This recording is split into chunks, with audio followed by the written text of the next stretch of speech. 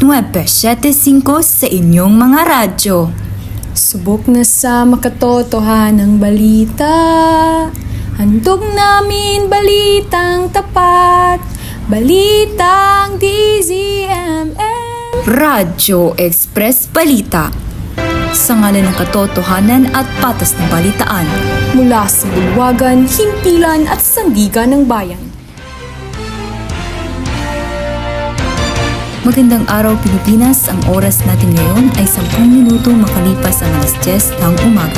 Araw ng Miyerkules, ika-16 ng Abril taong 2025. Ito ang inyong tagapagbantay, Desiree Julia Villalon. At inyong kaagapay, Mary Ann B. Pameron.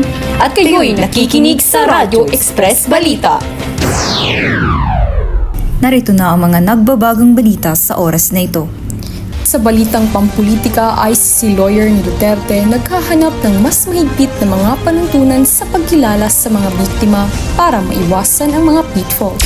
Sa balitang ekonomiya naman, economic growth forecast ng Pilipinas para sa taong 2025, positibo pa rin ayon kay Finance Secretary Ralph Ricto.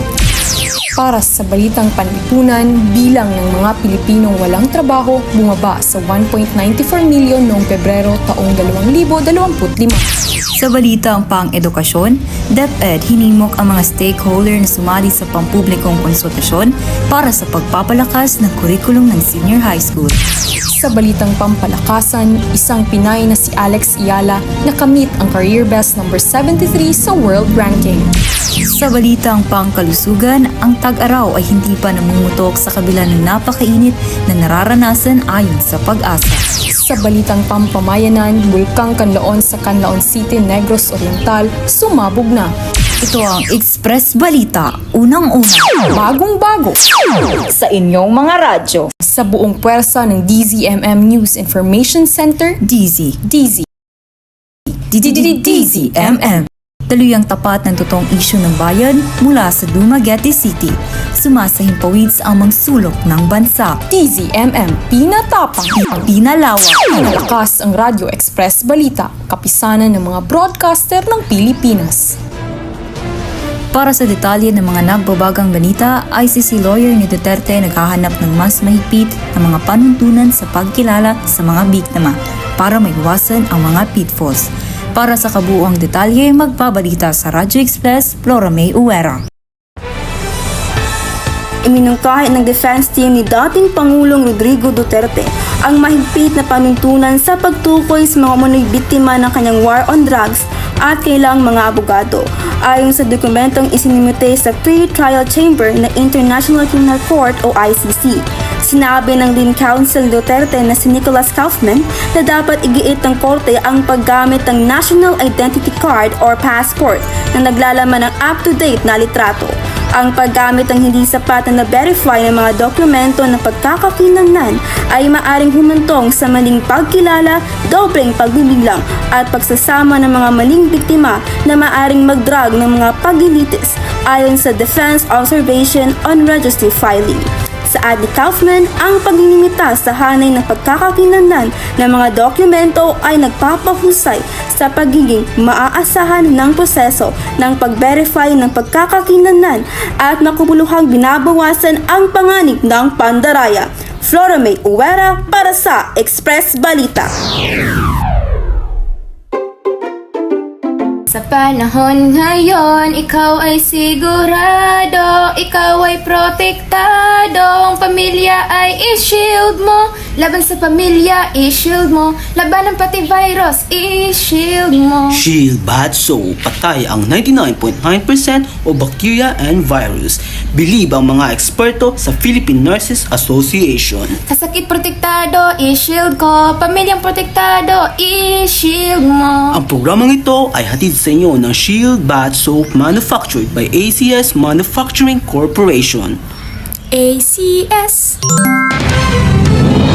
Nagbabaga pa rin ang mga balita dito lang sa Radyo Express Balita. Economic growth forecast ng Pilipinas para sa 2025, positibo pa rin ayon kay Finance Secretary Ralph Ricto. Para sa kabuuang detalye, narito si Sara Sampilo. Nanatiling positibo ang gobyerno sa ekonomiya ng Pilipinas para sa taong 2025. Bunsod ng mas mababang inflation, pagbaba ng interest rates at pagpapalakas ng consumption. Ginawa ni Finance Secretary Ralph Recto ang pahayag kasunod ng inilabas na 5.6 gross domestic product o GDP growth for 2024. Tiniyak ng kalihim na bagamat may kinakaharap na hamon ang pandaigdigang ekonomiya, patuloy na ipatutupad ng gobyerno ang mga estratehiyang magpapalago sa ekonomiya upang matiyak na makakamit ng bansa ang mga layunin nito sa ilalim ng Philippine Development Plan o PDP 2023 to 2028. Kabilang sa mga posibleng hadlang sa paglago ng ekonomiya ang mga kalamidad dulot ng masamang panahon, pandaigdigang economic slowdown, tensyong geopolitical, trade wars at protectionist trade policies, particular na sa Estados Unidos. Sara Sampilo para sa Express Balita. Hay, kapagod maging mami, no? Pampasigla nga muna. Bongga Sigla Pascual Creamy Delight Yogurt with zinc, calcium, and protein. Pascual Creamy Delight para may bonggang sigla. Bongga! Ang programang ito ay hatid sa inyo ng Pascual Creamy Delight.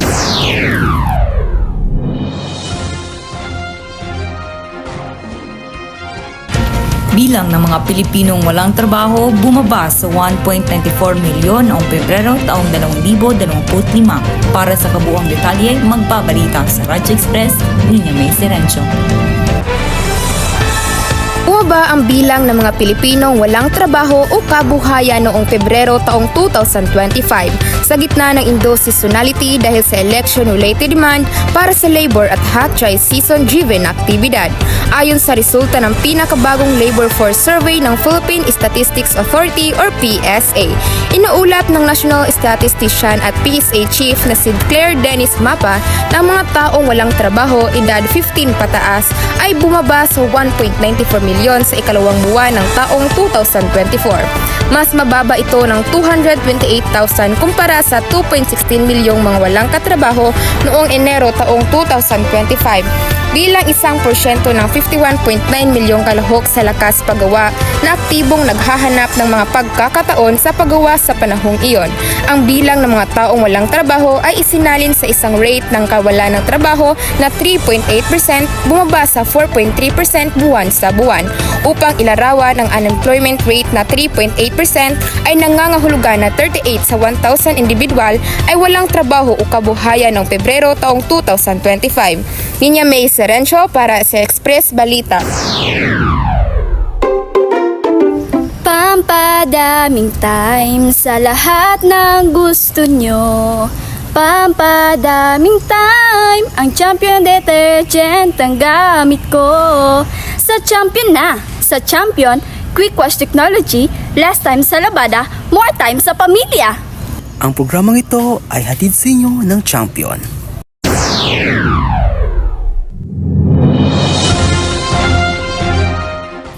DepEd, hinimok ang mga stakeholder na sumali sa pampublikong konsultasyon para sa pagpapalakas ng kurikulum ng senior high school. Para sa mga detalye, magbabalita sa Radio Express, Christine Campos.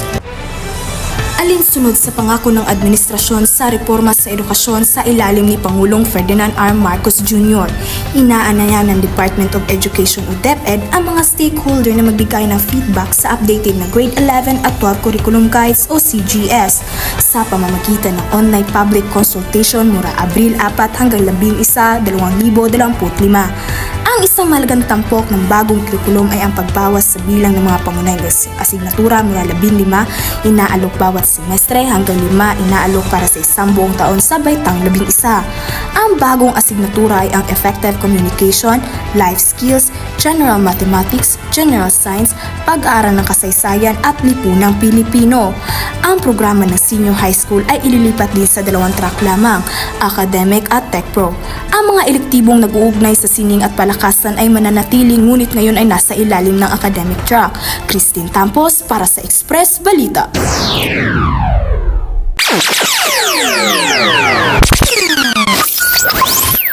Ang galing mo mula sa bola, mula sa sapatos, mula sa araw-araw mong energy.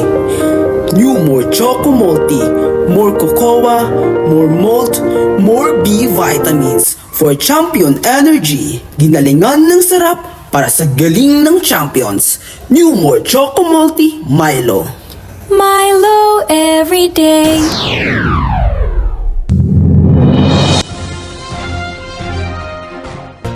Isang Pinay na si Alex Ayala nakamit ang career best number 73 world ranking. Para sa kabuang detalye, magbabalita sa Radyo Express o si Dito Sinsoro. Naabot ni Alex Ayala ang bagong career best ranking sa World Tennis bago ang 3 malalaking torneo na ipinandera ng French Open sa susunod na buwan pagkatapos ng kanyang nakakamangha Miami Open 1. Sa kabila ng kanyang kawalan na aktibidad noong nakaraang linggo, tumaas si Ayala mula number 75 hanggang number 73 na may 874 na puntos sa ranggo ng Women's Tennis Association. Salamat sa semifinals finish sa WTA 1000 tournament sa Miami noong huling bahagi ng nakaraang buwan. Siya ang kauna-unahang Filipina player na nakapasok sa World's Elite Top 100 rankings mula sa world number 140 bago ang Miami tournament kung saan siya ay nabigo laban kay world number 4 Jessica Pegula ng United States para makakuha ng pwesto sa finale. Gayunpaman, ang 19 na anyos na wonderkind ay nagkaroon ng isa sa mga pinakamahusay na run sa kasaysayan ng tennis matapos maging unang Filipinang WTA semifinalist at ang unang tumalo sa 3 Grand Slam champion, kabilang ang 2 top 5 na manlalaro. Joselito Sinsoro para sa Express Balita. Kahit saan man pumunta ang pamilya mo, gagawin mo ang lahat for their health and safety. Kaya you can trust Wilkins Distill, the water most recommended by doctors for children and pregnant women. Kasi your family is worth it, worth to Wilkins. Ang programang ito ay hatid sa inyo ng Wilkins. Ang tag-araw ay hindi pa namumutok sa kabila ng napakainit na nararanasan. Para sa karagdagang detalye, magbabalita sa Radio Express, Christine Joy Sarasap. Aring patuloy na tumaas ang temperatura habang ang tagtuyot ay hindi pa dumarating. Ayon sa State Weather Bureau noong Miyerkules, karaniwang tumaas ang tag-araw sa una hanggang ikalawang linggo ng Mayo ayon sa Pag-asa Weather Forecaster Lori de la Cruz. Noong Miyerkules, ang heat index, isang sukatan ng temperatura ng hangin at relative humidity, ay maaring umabot sa 40 degrees Celsius sa Metro Manila. Nagbabala ang Pag-asa na maaring umabot sa danger level na 42 hanggang 51 degrees Celsius ang heat index. Sa ilalim ng danger level, ang matagal na pagkakalantad sa init ay maaring humantong sa heat stroke, sabi ni de la Cruz. Dagdag pa niya, iwasan muna ang direct exposure sa sikat ng araw, lalong-lalo na sa katanghalian o late afternoon. Kung maaari po, stay hydrated. Christine Sarasap para sa Express Balita. Amoy pa lang, nose mo na yan! Lucky Me Pancit Canton. Come and get it! Sarap Ines! Lucky Me Pancit Canton. Lucky Me! Ang programang ito ay hatid sa inyo ng Lucky Me Pancit Canton. Bulkang Canlaon sa Canlaon City, Negros Oriental sumabog na. Para sa kabuang detalye, magbabalita sa Radyo Express, Christine Tampus. Sumabog ang Canlaon Volcano noong Martes ng umaga bandang alas 5:51 ng umaga. Ayon sa Philippine Institute of Volcanology and Seismology o PHIVOLCS, ang pagsabog ay nagdulot ng isang malaking baluktot na balahibong higit kumulang 4,000 metro ang taas na lumipad sa Timog Kanluran. Ayon sa PHIVOLCS, ang pagsabog ay nagbubuga ng isang voluminous vent plume na humigit kumulang 4,000 metro ang taas na umanod sa Timog Kanluran na naigang alert level 3 sa bulkan. Sinabi ni Philippine Institute of Volcanology and Seismology PHIVOLCS Director Trisito Balcolcol na walang lava nakikita sa Canlaon nang iulat nila ang pagputok at pagsabog ng bulkan. Sa kasalukuyan, wala pa ring malinaw na timeline sa aktibidad ng Canlaon.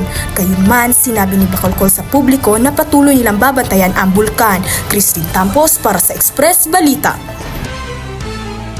Mula sa buong puwersa ng DZMM, iyan po ang mga balita sa oras na ito. Ako si Desiree Julia Villalon At ako naman si Mary Ann Pamiron. Laging pakakatandaan ang boses ng katotohanan Dito sa istasyong mapagkakatiwalaan, matatagpuan. Radyo Express Balita.